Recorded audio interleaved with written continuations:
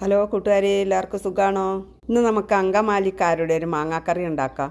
അതിലേക്കായിട്ട് ഒരു മാങ്ങ അരിഞ്ഞത് മാറ്റി വെച്ചു, ഒരു സബോള ചെറുതായിട്ട് അരിഞ്ഞത്, അതിലേക്ക് ഒരു ചെറിയ കഷ്ണം ഇഞ്ചി അരിഞ്ഞത്, 5 പച്ചമുളക് അരിഞ്ഞത്, കുറച്ച് കരിയാപ്പില, 2 ചെറിയ സ്പൂൺ മല്ലിപ്പൊടി, 1 ടീസ്പൂൺ മഞ്ഞൾപ്പൊടി, 2 സ്പൂൺ വെളിച്ചെണ്ണ,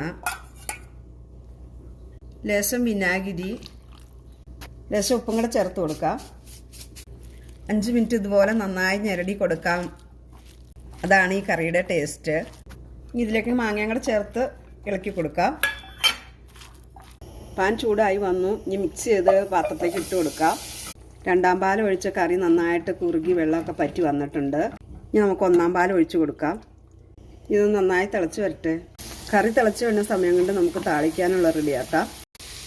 ഈ കറി എല്ലാവരും ഒന്ന് ട്രൈ ചെയ്ത് നോക്കണേ. വീഡിയോ ഇഷ്ടപ്പെടുകയാണെങ്കിൽ എല്ലാവരും ഒന്ന് സബ്സ്ക്രൈബ് ചെയ്യണേ, ലൈക്ക് ചെയ്യണേ, ഷെയർ ചെയ്യണേ. ലേശം കരിയാപ്പില ഇട്ട് കൊടുത്തു. ഉള്ളി നല്ല ബ്രൗൺ കളറായി വന്നു. ഇനി 1 സ്പൂൺ കാശ്മീരി മുളക് പൊടി ഇട്ട് കൊടുക്കുകയാണ്. പയ്യെ ഒന്ന് ഇളക്കിയെടുക്കാം. കറി റെഡിയായി വന്നിട്ടുണ്ടെങ്കിൽ നമുക്ക് അതിലേക്ക് ഒഴിച്ചു കൊടുക്കാം. നമ്മുടെ കറി ഇവിടെ റെഡിയായി വന്നിട്ടുണ്ട്. അപ്പം നമുക്ക് ഉണക്കമീനും മാങ്ങാക്കറിയും കൂട്ടി കഴിക്കാമോ? എന്താ ടേസ്റ്റ്!